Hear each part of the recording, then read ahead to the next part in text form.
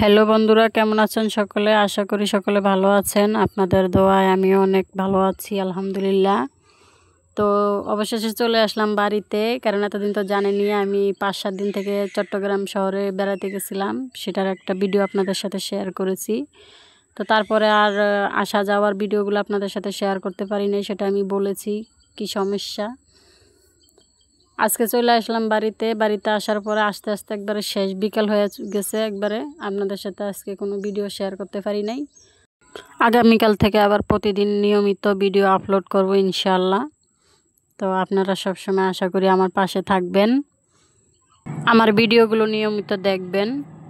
তো আমার ভিডিওগুলো যদি ভালো লাগে থাকে তাহলে অবশ্যই চ্যানেলটা সাবস্ক্রাইব করে চ্যানেলের পাশে থাকবেন, একটি লাইক করে দিবেন ভিডিওটি ভালো লাগলে।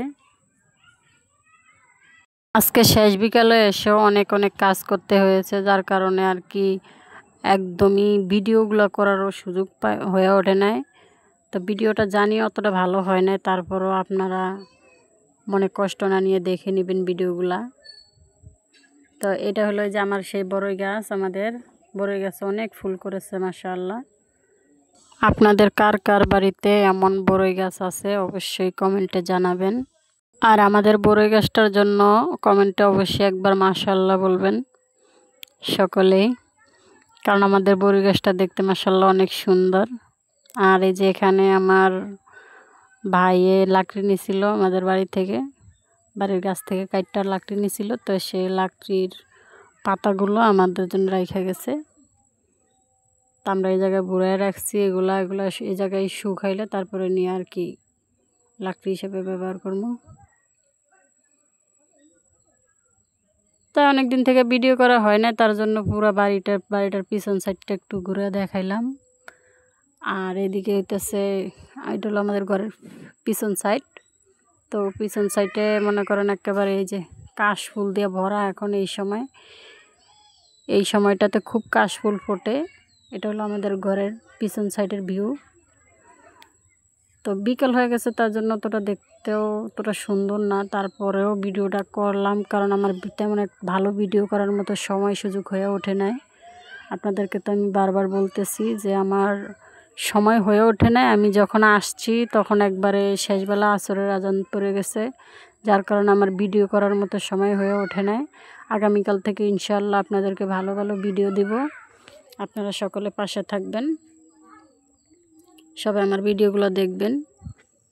তো এই হলো পিছন সাইডে এই যে অনেকগুলো কাশফুল। আর ওইদিকে আরও আছে, কিন্তু ওগুলো কলা গাছের জন্য দেখা যায় না আর কি। এগুলো হচ্ছে আমাদের কলা গাছ।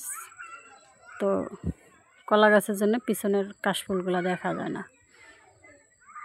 প্রচুর আছে ওইদিকে আরও, তো দেখা যাইতেছে না। ওই সাইডে গেলে, কাশফুলের ওই সাইডে গেলে বাকি সবগুলো দেখা যেত, কিন্তু আমার এই সময় হয়ে ওঠে না। অন্য এক সময় ভিডিওতে কাশফুলগুলো আপনাদেরকে দেখাবো আমি। আর এটা হইতেছে আমাদের সিম গাছ। আমার মা সিম গাছ লাগাইছে, কিন্তু মা আমারে কয়েকবার বলছিল যে সিম গাছে ঝা দিতে, কিন্তু আমি এটা দেই নাই। না দিয়ে আমি চট্টগ্রাম চলে গেছিলাম। তারপর আজকে আইসা দেখি যে আমার মা এগুলা দিয়ে দিছে একাই। তা আমাদের এগুলারকে যেগুলোর উপরে বাউনিটা দেয় আর কি, এটারে ঝা বলে। আপনাদের এটা দেশে কি বলে অবশ্যই কমেন্টে জানাবেন যে আপনাদের এদিকে এটারে কি বলে। আমাদের এদিকে কিন্তু ঝাই বলে, আমরা যা বলি, সিম গাছের ঝা। তো এই হলো আমাদের সিম গাছের ঝা শেষে আমাদের একটি পুকুর পাড়ে সিম গাছ লাগাইছি। আর এটা হলো আমাদের সেই গোলা পানির পুকুর। তো আপনাদেরকে আর বেশি দেখাইলাম না, গোলা পানির পুকুর আর কি দেখবেন। না থাক, আপনারা যদি আবার রাগ করেন, তাই যে দেখাই দিলাম, এটাই আমাদের সেই গোলা পানির পুকুর। তো আমার এটা নিজের ঘোলা পানির পুকুর হলো, নিজেরটা নিজেরই হয়, এটা খুবই ভালো। অন্যেরটা না যায়, তারপরও নিজেরটাতে কাজ করি। আর এই পুকুরের পানিগুলো যতটা ঘোলা, দেখতে যতটা ঘোলা মনে হয়, আসলে অতটাও ঘোলা না।